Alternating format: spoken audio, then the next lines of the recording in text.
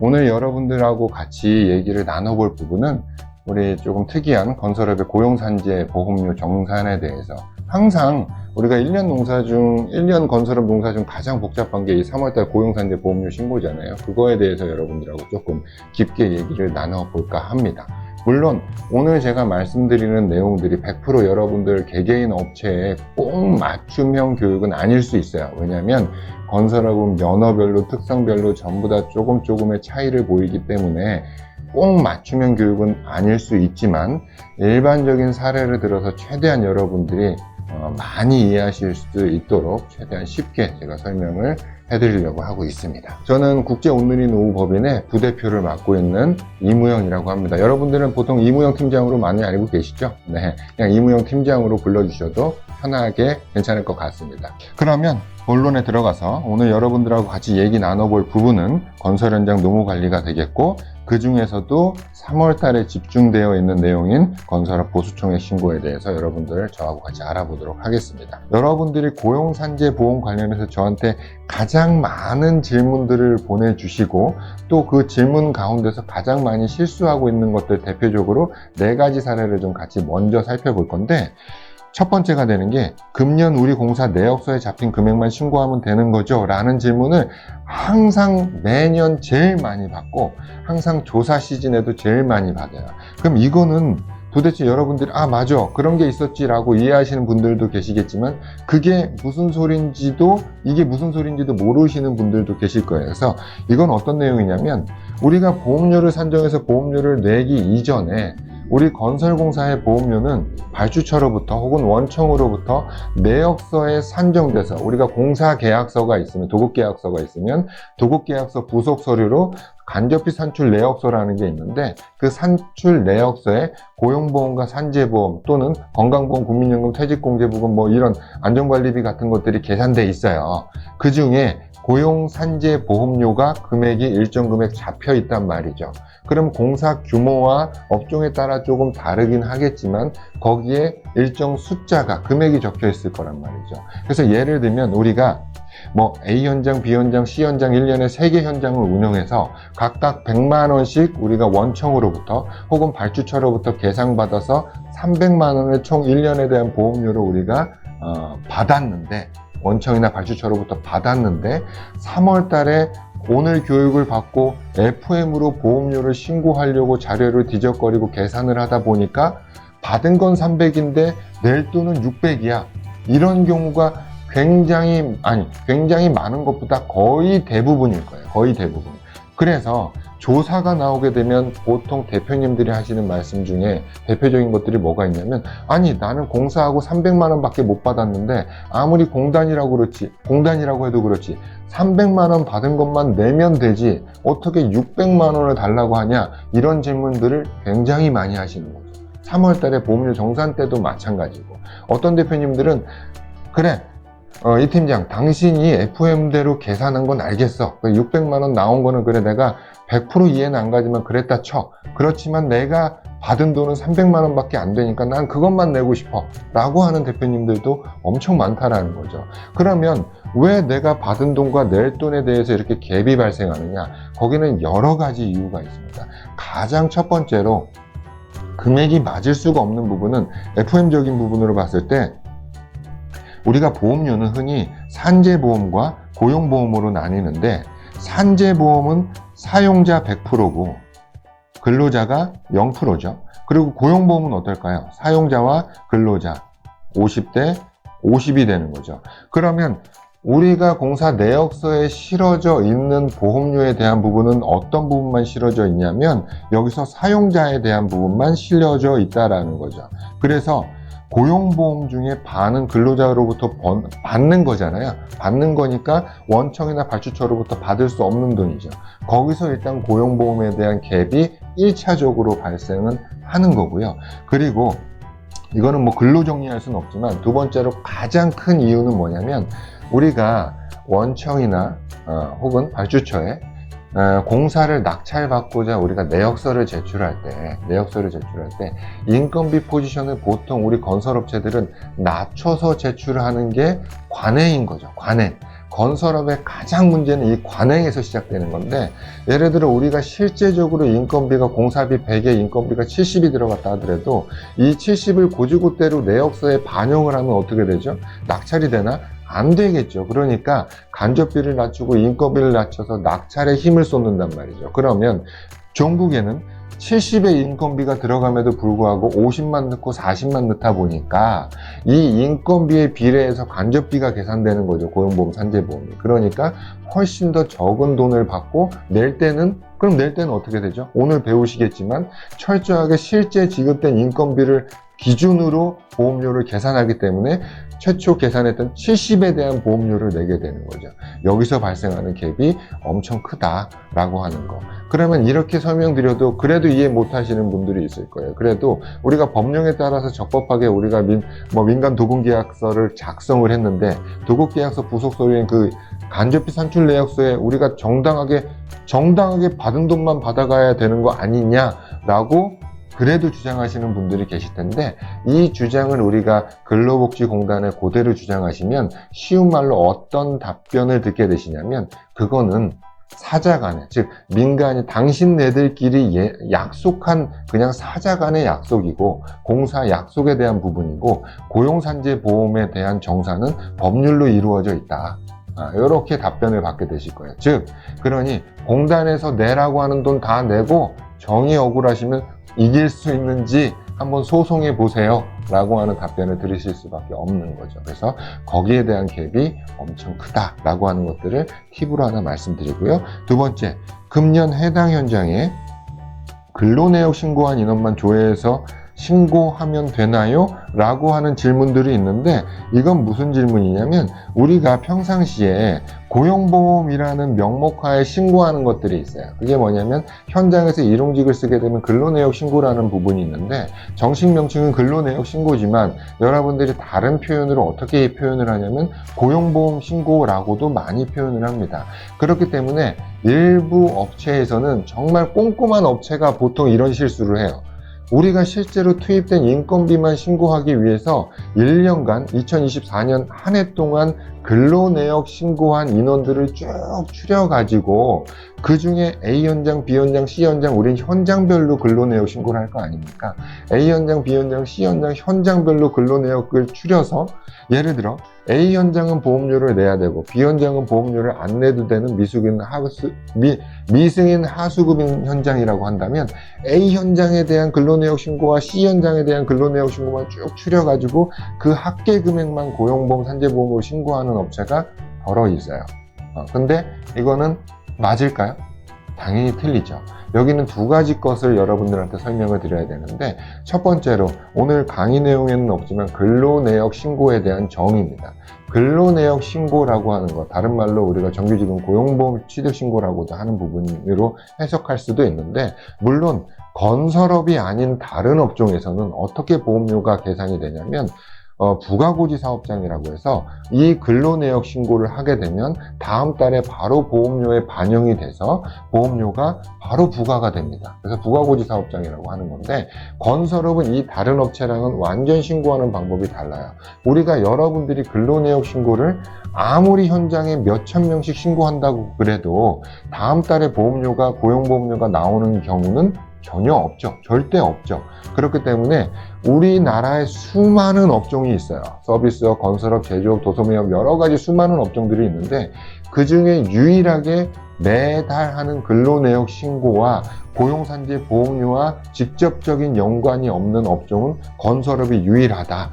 그러면 우리가 매달 일용직의 근로내역 신고는 왜 해주는 걸까요? 건설업을 제외한 나머지 업종들은 보험료에 반영하기 위해서라고 얘기할 수도 있는데, 건설업은 아니에요. 왜 그러냐면 건설업의 일용직 근로내역 신고는 목적을 어디에 두고 있냐면 단순히 실업급여에만 목적을 두고 있어요. 실업급여. 우리 정규직 실업급여는 어떻게 계산할까요? 실업급여를 받을 수 있는 자격은 어떻게 됩니까? 180일 이상 재직된 사람 중에, 재직하고 퇴사한 사람 중에 자발적 퇴사를 제외한 사람들이 구직 활동에 비용을 쓰라고 우리가 구직 활동 급여를 지급하는 거 우리가 보통 실업급여 얘기를 하는 거예요. 그러면 여기서 이 실업급여를 받을 수 있는 조건 중에 가장 대표적인 게 180일 이상 재직 기간이 있어야 되는 건데, 정규직일 경우에는 어떻게 되죠? 입사와 퇴사 중간 기간에 180일 이상 되느니 마느니를 정확하게 판가름할 수 있는데, 일용직은 어떻습니까? 오늘 나오고 내일 안 나올 수도 있고, 모레 나와야 되는데 술 먹어서 안 나올 수도 있고, 그리고 그 다음날 나오고, 이렇게 뜨문뜨문 나오고 안 나오고를 반복할 수 있다는 거죠. 그렇기 때문에 정규직처럼 입사와 퇴사 신고를 한꺼번에 할 수는 없는 거예요. 그래서 여러분들이 근로내역 신고라는 걸 하실 때는 달력처럼 생긴 표에다가 일한 날을 체크해서 우리가 신고해 주게 되는 거죠. 그래서 그러면 한 달에 열흘만 체크될 수도 있고 20일만 체크될 수도 있는 거죠. 그 날짜들이 모여서 180일 이상 되면 일용근로자도 똑같은 근로기준법, 똑같은 노동관계법의 적용을 받기 때문에 당연히 실업급여를 받을 수 있는 조건이 된다. 그러면 바꿔 말하면 근로내역 신고, 건설업의 근로내역 신고는 다른 이유가 아무것도 없구나, 한 가지 이유밖에 없구나 라고 생각하시면 돼요. 그게 뭐냐면 실업급여를 일용근로자가 받게 하기 위한 날짜 체킹의 수단이구나, 며칠이랬는지, 재직기간이 며칠인지를 체킹해주는 수단으로 쓰이는구나, 거기까지만 생각하셔야지 이 용어가 고용보험 신고라고 해서 이걸 고용보험 쪽으로 끌고 들어와서 보험료 신고 때 반영을 한다? 완전 틀린 얘기가 되는 거죠.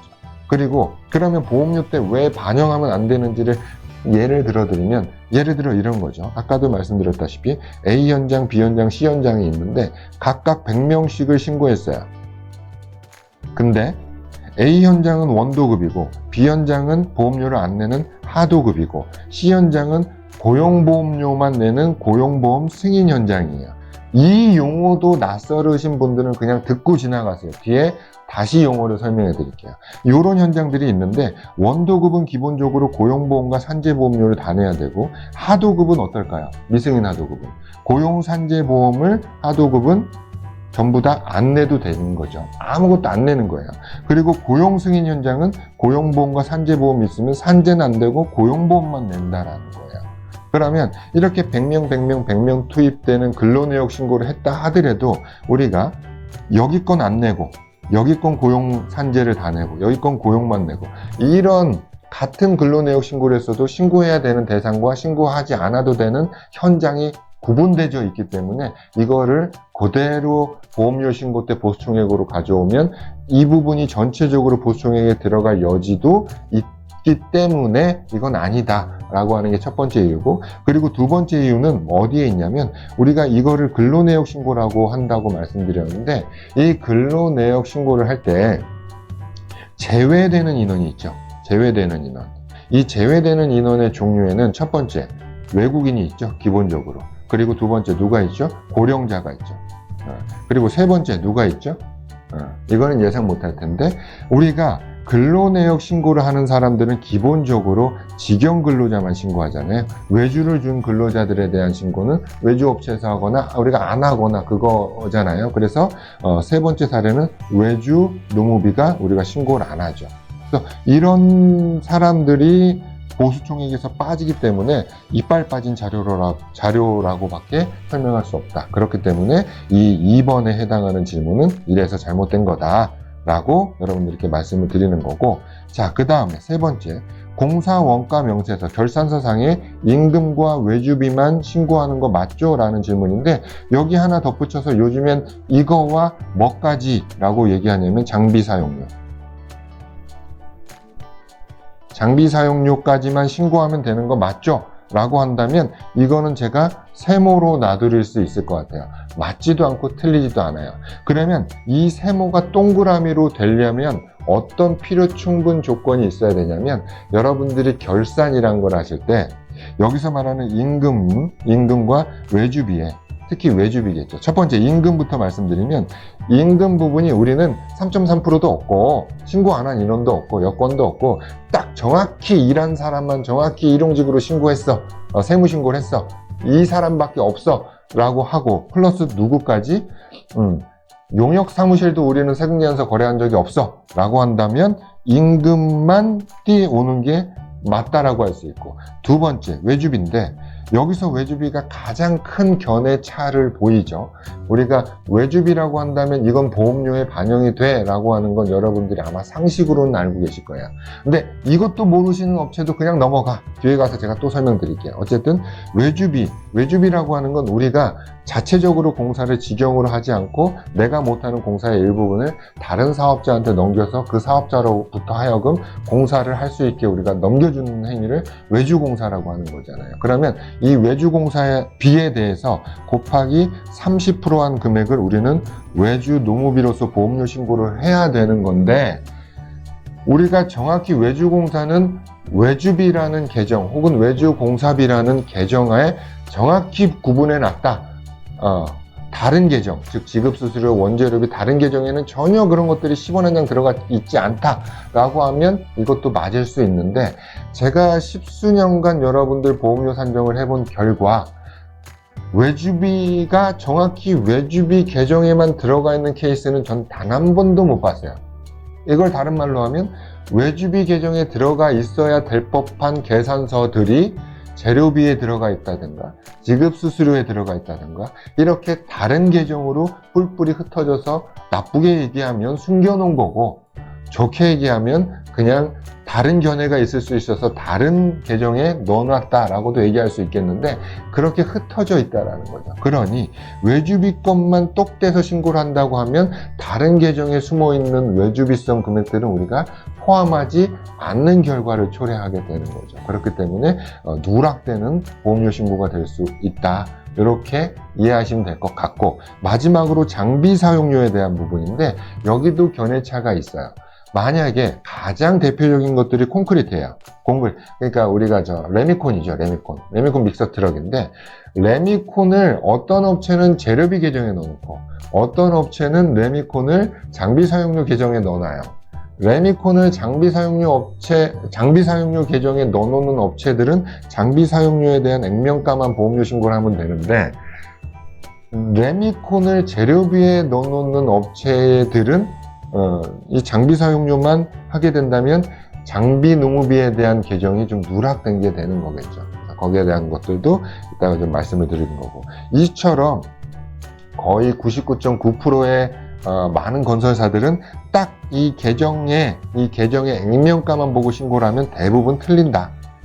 그럼 어떻게? 전체 계정을 다 뿔뿔이 흩어져 있는 전체 계정을 다 살펴봐서 그 안에 숨어있는 임금과 외주비와 장비대를 다 속아내서 골라내서 그것들을 보험료 신고하는 게 맞는 보험료 신고일 것이다 라고 말씀을 드리는 겁니다. 자, 그리고 가장 마지막인데, 세무사 사무실에서 임금만 신고하고 있어요 라고 하는 것들은 어떤 부분이냐면, 이게 건설업을 제외한 나머지 모든 업종은 이렇게 신고하는 게 맞아요. 우리가 보험료 신고, 특히 고용산재 보험료는 근로자에 대한 보험료입니다. 즉, 근로자를 다른 말로 우리가 지금 신고하는 용어로 바꾸면 보수가 되겠죠. 근로자에게 지급하는 임금을 다른 말로 우리가 보수라고 하고, 우리는 그 보수에 대한 총액을 신고하는 기간을 갖고 있는 거예요. 그러면 건설업을 제외한 나머지 업종들은 이 보수라는 부분이 근로자에게 지급됐던 돈, 비용 말고 다른 부분도 보수로 볼 것들이 있을까요? 건설업을 제외한 나머지 업종들은 그렇게 볼 것들이 없어요. 외주라는 것들이 없으니까. 그러면 건설업은 어떨까요?